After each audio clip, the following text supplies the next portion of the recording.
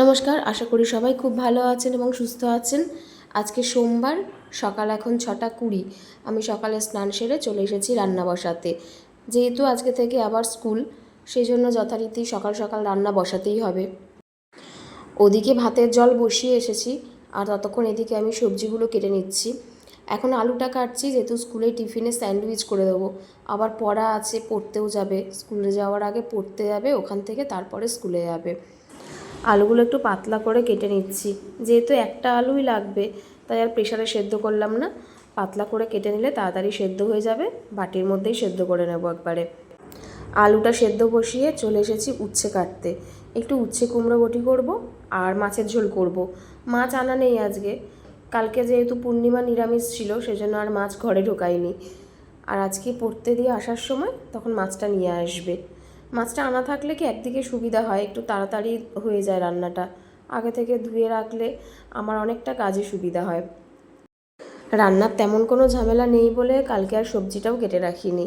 এই একটু উচ্ছে আর কুমড়ো কাটবো, হয়ে যাবে।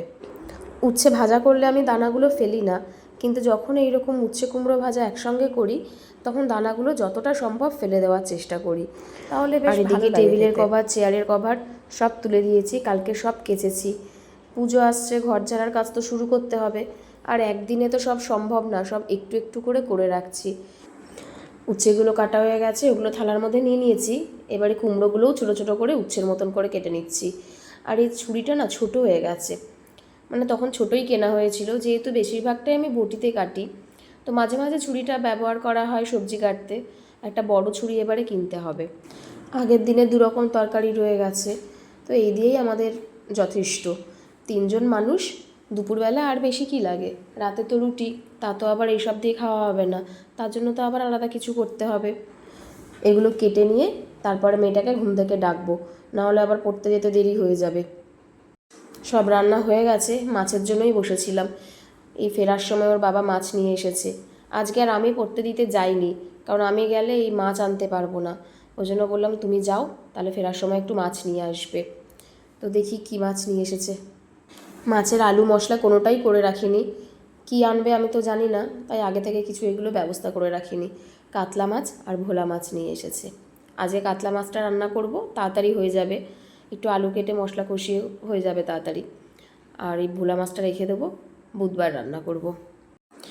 ভালো করে ধুয়ে নিলাম মাছগুলো, এবারে এগুলোকে ফ্রিজে তুলে রাখি। এই চ্যাপ্টা কৌটোগুলো ফ্রিজে মাছ রাখার জন্যই শুধু ব্যবহার করি, যেহেতু ডোরের মধ্যে থাকে মাছটা। আর এই চ্যাপ্টা চ্যাপ্টা কৌটোগুলো হলে সুবিধা হয়। একটা এরকম বড় আর একটা ছোটো আছে, এইভাবে এটা দিব্যি হয়ে যায়। আর এখানে যে দেখুন না, ফ্রেঞ্চ ফ্রাই রয়েছে, আইসক্রিম কবে আনিয়েছে মেয়েটা বায়না করে, এখনও শেষ করে উঠতে পারেনি। মাছটা ওদিকে ভাজা বসিয়ে এসেছি, আর এদিকে ওর সমস্তগুলো আমি গুছিয়ে দিই ব্যাগের মধ্যে, না হলে আবার আমার দেরি হয়ে যাবে। সবটা করে যদি তারপরে করতে যাই না, অনেক তাড়াহুড়ো লেগে যায়। তো আজকে টিফিনে তো স্যান্ডউইচ দিয়েছি বললাম, আর ছোটো বাটিটার মধ্যে দিয়েছি একটু পেয়ারা কেটে। দেখুন কী সব উল্টো পাল্টা জিনিস ব্যাগের মধ্যে রেখে দিয়েছে। এই ছোটো ছোটো ডায়েরিটা, এটা নিয়ে এসেছিলাম আমি আমার কাজের জন্য, ওর পছন্দ হয়েছে, ও নিয়ে নিয়েছে। এগুলো সব ব্যাগের মধ্যে রেখে দিয়েছে। আর স্মুদিটা আর ব্যাগের মধ্যে ভরতে পারলাম না, ওইটা আমার কাছে যে ব্যাগটা থাকবে ওর মধ্যেই নিয়ে নেব। যদিও এটা এয়ারটাইট গ্লাসটা, পড়ার কোনো চান্স নেই, তবু এটা প্যাকেটের মধ্যে নিয়ে নিলাম। স্মুদিটা হলে কি ওর খেতে সুবিধা হয়, ওই স্যারের কাছ থেকে নেমে তো দাঁড়িয়ে দাঁড়িয়ে খেয়ে নেবে, তারপর চলে যাবে আমার সাথে। অল্প কটা সবজি নিয়ে এসেছিলো, এগুলো টাপাটা ফ্রিজে ভরে ফেলি।